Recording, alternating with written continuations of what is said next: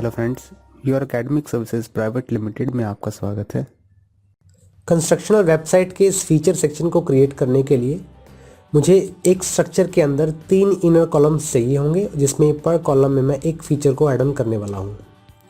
3 columns का मतलब मेरे पास इन 3 कॉलम्स है और इन्हीं तीनों कॉलम्स के थ्रू मैं बाकी के 3 फीचर्स को क्रिएट करने वाला हूँ एंड देन बनाएंगे हम अपनी फीचर्स की हेडिंग एंड डिवाइडर। तो चलिए शुरू करते हैं मेन स्ट्रक्चर के ऐड ऑन से। मैंने पिछली वीडियो में आपको सर्विसेज के सेक्शन को क्रिएट करने के बारे में बताया, अब हम फीचर के सेक्शन को क्रिएट करने वाले हैं। एक कॉलम का स्ट्रक्चर ऐड ऑन करता हूँ, उसे फुल विड्थ करता हूँ ताकि मैं बैकग्राउंड जो है, बैकग्राउंड अगर आप यहाँ पर देख रहे हैं एक स्वाइपी बैकग्राउंड है, एक टिल्ट बैकग्राउंड है जो कि कुछ इस तरह से राइट मूव की ओर मूव होते हुए मुझे फुल स्क्रीन में जो बैकग्राउंड है वो मिल रहा है। उसे फुल स्क्रीन में देखने के लिए मैंने इसे फुल स्क्रीन सेलेक्ट किया है। इसे भी मैं फुल विड्थ कर देता हूँ। इसके बाद ऐड करते हैं इनर सेक्शन। सिंपली ड्रैग करके मैं इसे 3 कॉलम्स का इनर सेक्शन क्रिएट करना चाहता हूँ, इसलिए मैं इसे डुप्लीकेट करके 3 में डिवाइड कर दूंगा। प्लस साइन पर क्लिक करें एंड एक आइकन बॉक्स नाम से मेरे पास यहाँ पर विजेट है, मैं इसे इंपोर्ट करूँगा एज अ फीचर दिखाने के लिए कि आइकन से मैं रिप्रेजेंट करना चाहता हूँ कि मेरे पास कंपनी में जो फीचर्स हैं, मेरी बिजनेस के जो फीचर्स हैं वो कौन कौन से हैं। तो सबसे पहला मेरे पास है मॉडर्न डिज़ाइन के नाम से, मैं इसे कॉपी करता हूँ मॉडर्न डिज़ाइन के टाइटल को एंड कंटेंट पर काम करेंगे। सबसे पहले टाइटल को मैं यहाँ से डिसाइड करूँगा। डिस्क्रिप्शन अभी मैंने डमी डेटा को पिकअप किया है और जो मेरे पास आइकन रहेगा वो मेरे पास पजल के नाम से यहाँ पर आइकन विजिबल होना चाहिए। एंड देन इंसर्ट करेंगे इसे, इंसर्ट बटन पर क्लिक करके। इंसर्ट बटन पर क्लिक करने के बाद अब हम इसकी स्टाइलिंग पर काम करते हैं। स्टाइलिंग इन द सेंस कि मुझे इसके कलर, इसकी फॉन्ट फैमिली, इसकी स्पेसिंग, इसकी लाइन हाइट आदि को मैनेज करना होगा।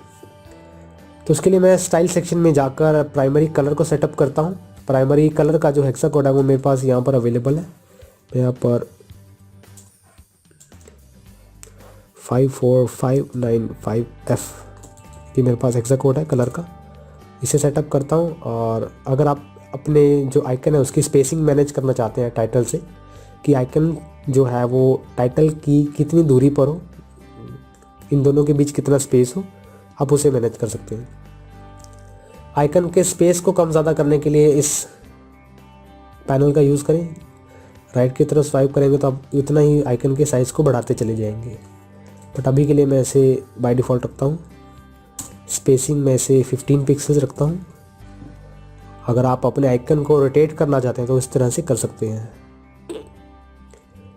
By default 0। और अब चलते हैं कंटेंट यानी कि मेन टाइटल की तरफ। कंटेंट की जो अलाइनमेंट है उसे मैं सेंटर लाइन रखना चाहता हूँ और इसका जो कलर है, मेन टाइटल का जो कलर है उसे मैं येलोइश रखता हूँ, जैसा कि मेरे पास यहाँ पर दिया गया है येलो कलर। तो उसके लिए मैं येलो कलर सेटअप करूँगा। तो मेरे पास यहाँ पर colour code, hexa code colour का जो है वो मेरे पास यहाँ पर फिल आउट कर दिया गया। अब चलते हैं इसकी फॉन्ट फैमिली की तरफ। फॉन्ट फैमिली जो मैं सेलेक्ट करने वाला हूँ वो एडवेंट प्रो मेरे पास नाम से एक फॉन्ट अवेलेबल है, जो कि मेरे पास सेकेंडरी फॉन्ट है। इसका जो साइज़ है इसे मैं 22 पिक्सल्स रखने वाला हूँ। लेटर स्पेसिंग या लाइन हाइट को आप अपने अकॉर्डिंगली सेटअप कर सकते हैं। अब चलते हैं इसके डिस्क्रिप्शन की तरफ। डिस्क्रिप्शन को मैं बाय डिफ़ॉल्ट इसे मैं कोई भी चेंज नहीं करना चाहता। आप चाहे तो सिंपली इसका कलर का जो हेक्सा कोड है उसे यहाँ पर पेस्ट कर सकते हैं या यहाँ से कलर सेटअप कर सकते हैं। मैं इसे इस कलर पर सेटअप करके डन करता हूँ। आइकन पर सभी तरह की स्टाइलिंग को सेटअप करने के बाद अगर मैं इसे फुल स्क्रीन में देखता हूँ तो मेरे पास आइकन कुछ इस तरह से दिखता है। अगर आप चाहते हैं कि आपका जो आइकन है वो माउस होवर करने पर रंग चेंज करे, जैसा कि इस सेक्शन में बिल्कुल भी नहीं है, अगर आप चाहते हैं इसका रंग चेंज हो माउस होवर करने पर, तो आप उसकी प्रॉपर्टी को चेंज करने के लिए, तब उसे अप्लाई करने के लिए क्या करने वाले हैं, एलिमेंट पर क्लिक करेंगे। आइकन सेक्शन के अंदर स्टाइल टैब में आइकन सेक्शन के अंदर होवर सेक्शन में जाएंगे। होवर सेक्शन में जाने के बाद आप यहाँ से उस कलर को सेटअप कर सकते हैं कि आपका माउस होवर हो और कलर आपका जो है आइकन का वो चेंज हो।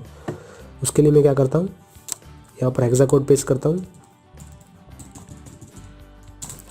और अगर आप इस पर आइकन करते हैं और अगर अब आप इस आइकन पर होवर करते हैं तो उसका कलर कुछ इस तरह से चेंज होगा।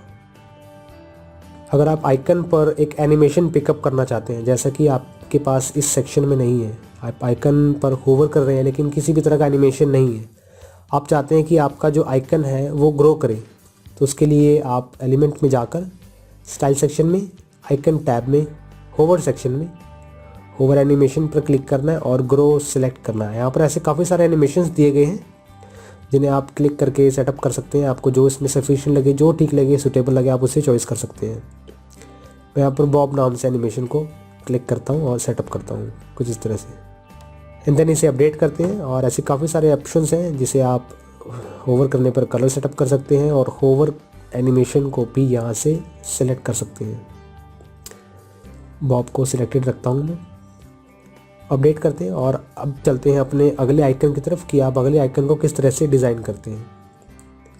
अगले आइकन को डिज़ाइन करने से पहले आपको इसकी पैडिंग पर थोड़ा सा काम करना होगा। आपका जो कंटेंट है वो मुझे सही दिखाने के लिए, यानी कि उसकी जो स्पेसिंग है उसे प्रॉपर दिखाने के लिए मैं लेफ़्ट और साइड से स्पेस को बढ़ा देता हूँ।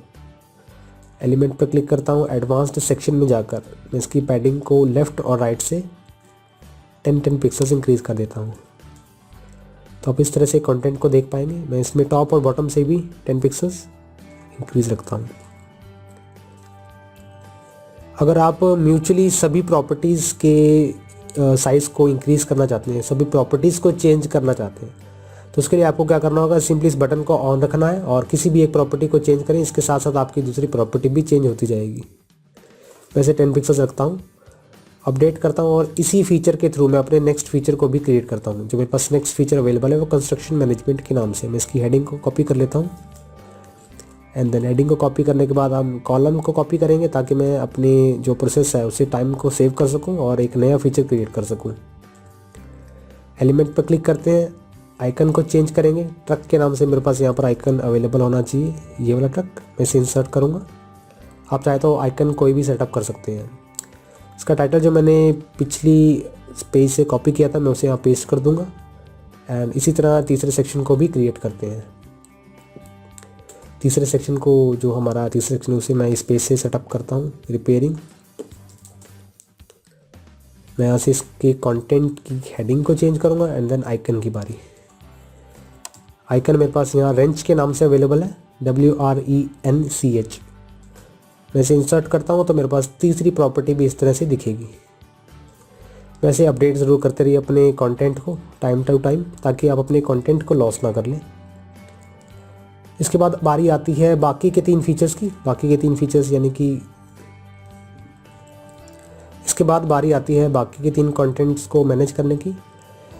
बाकी के 3 कंटेंट को, फीचर्स को क्रिएट करने से पहले आपको इस इनर सेक्शन की, जो आपको यहाँ पर दिया गया है, इस इनर सेक्शन की स्पेसिंग पर ज़रूर काम कर लेना चाहिए ताकि आपके पास टॉप और बॉटम से काफ़ी स्पेस बना रहे। अभी मेरे पास इस पेज में किसी भी तरह का स्पेस बचा हुआ नहीं है, जिस वजह से मुझे कंटेंट में थोड़ी सी कन्फ्यूजन हो सकती है। इसके लिए मैं क्या करूँगा, इनर सेक्शन में स्पेसिंग को बढ़ाने के लिए टॉप और बॉटम दोनों तरफ से मैं इनर सेक्शन की सेटिंग्स को ओपन करूँगा। एडवांस सेक्शन में जाकर मैं इसकी जो पैडिंग है इसे टॉप से 30 पिक्सल्स और बॉटम से 30 पिक्सल्स इंक्रीज़ कर दूंगा। एंड देन अब आप इनर सेक्शन को डुप्लीकेट करके बाकी के 3 फीचर्स को भी क्रिएट कर सकते हैं। मैं यहाँ पर कंटेंट को चेंज अप करता हूँ। मेरे पास अगला जो फीचर है वो हाउस रेनोवेशन के नाम से है। हाउस रेनोवेशन के टाइटल को यहाँ पेस्ट करता हूँ, आइकन को चेंज करता हूँ। यहाँ मेरे पास हाउस के नाम से आइकन अवेलेबल होगा। इंसर्ट, एंड अगला फीचर इंटीरियर डिज़ाइन के नाम से मैं इसके आइकन को चेंज करता हूँ। पेंट के नाम से मेरे पास यहाँ पर आइकन विजिबल होना चाहिए। आप चाहें तो इन दोनों में से कोई भी एक सेलेक्ट कर सकते हैं। कंटेंट को पेस्ट करता हूँ और लास्ट का जो फीचर है वो इंफ्रा मैनेजमेंट। इंफ्रा मैनेजमेंट के लिए मेरे पास जो आइकन अवेलेबल है वो यहाँ पर बिल्डिंग के नाम से अवेलेबल है।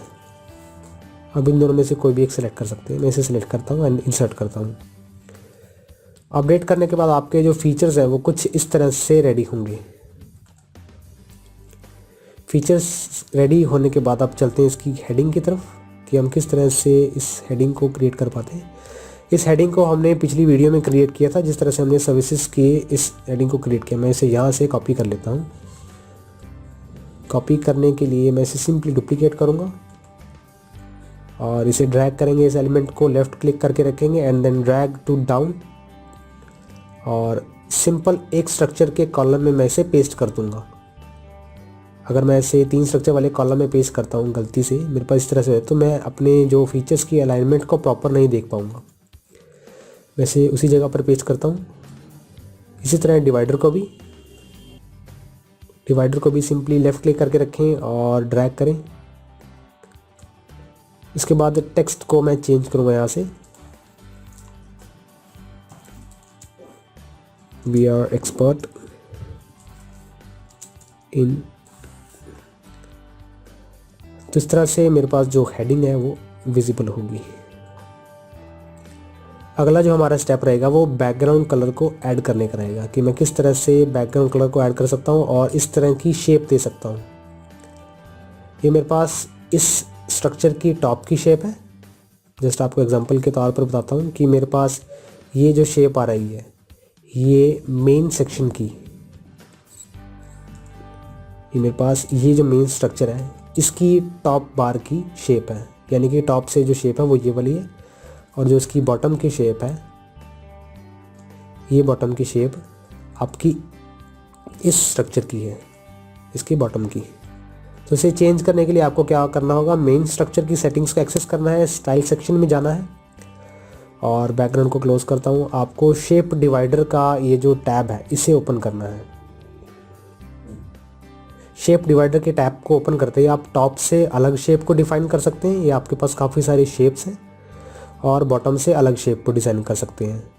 सबसे पहले मुझे इसमें बैकग्राउंड में एक कलर ऐड ऑन करना होगा। बैकग्राउंड में कलर ऐड करने के लिए मुझे यहाँ पे बैकग्राउंड सेक्शन में जाना होगा। बैकग्राउंड सेक्शन में जाने के बाद background type classic, and then जो कलर रहेगा वो मेरे पास ये वाला रहेगा। कुछ इस तरह से मैं इसे कलर सेटअप करूँगा, और टॉप से अब इसकी शेप को मैनेज करेंगे। शेप को मैनेज करने के लिए शेप डिवाइडर में टॉप का जो टाइप है, टॉप की जो शेप है, मैं यहाँ से सिलेक्ट करने वाला हूँ। इसे मैं टिल्ट सिलेक्ट करता हूँ। आप काफ़ी सारी अलग तरह की जो शेप्स हैं उन्हें भी ट्राई कर सकते हैं। इसकी हाइट को मैं 100 पिक्सल्स, और मैं इसे फ्लिप करता हूँ क्योंकि मैं इसकी ये जो रैंप है इसे रिवर्स करना चाहता हूँ, यानी कि लेफ़्ट टू राइट अप की तरफ, सिंपली इस तरह से। अगर आप इस बटन को ऑन करते हैं तो आपकी जो हेडिंग है वो इसमें कुछ छुप सी जाएगी थोड़ी सी। मैं अभी के लिए इसे छुपाना नहीं चाहता। तो इस तरह से मेरे पास टॉप की जो शेप है वो बनेगी, एंड एज इट इज़ मैं बॉटम की शेप को भी डिफ़ाइन करूँगा। बॉटम की शेप के लिए भी मैं टिल्ट सेलेक्ट करूँगा। टिल्ट शेप को सिलेक्ट करने के बाद जो हाइट रहेगी 100 पिक्सल्स, लेकिन जो फ्लिप रहेगा, फ्लिप को भी मैं इसे रिवर्स कर दूँगा।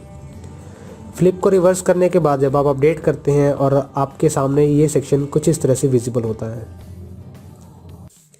बॉटम की शेप को सेटअप करने के बाद जब आप इसका प्रीव्यू देखते हैं तो आपको ये इस तरह से दिखता है। अब आपने इसमें एक चीज़ नोटिस की होगी कि आपका जो बैकग्राउंड कलर है वो हेडिंग से कुछ क्रॉस कर रहा है, जबकि इस सेक्शन में, इस पेज में ऐसा बिल्कुल नहीं है। हमें इस सेक्शन की मेन स्ट्रक्चर की पैडिंग पर काम करना होगा। पैडिंग पर काम करने के लिए आपको सबसे पहले मेन स्ट्रक्चर को एक्सेस करना है, इसकी सेटिंग्स को, और एडवांस्ड टैब में जाकर आप इसकी जो मार्जिन है और पैडिंग है इन दोनों को आप चेंज करेंगे।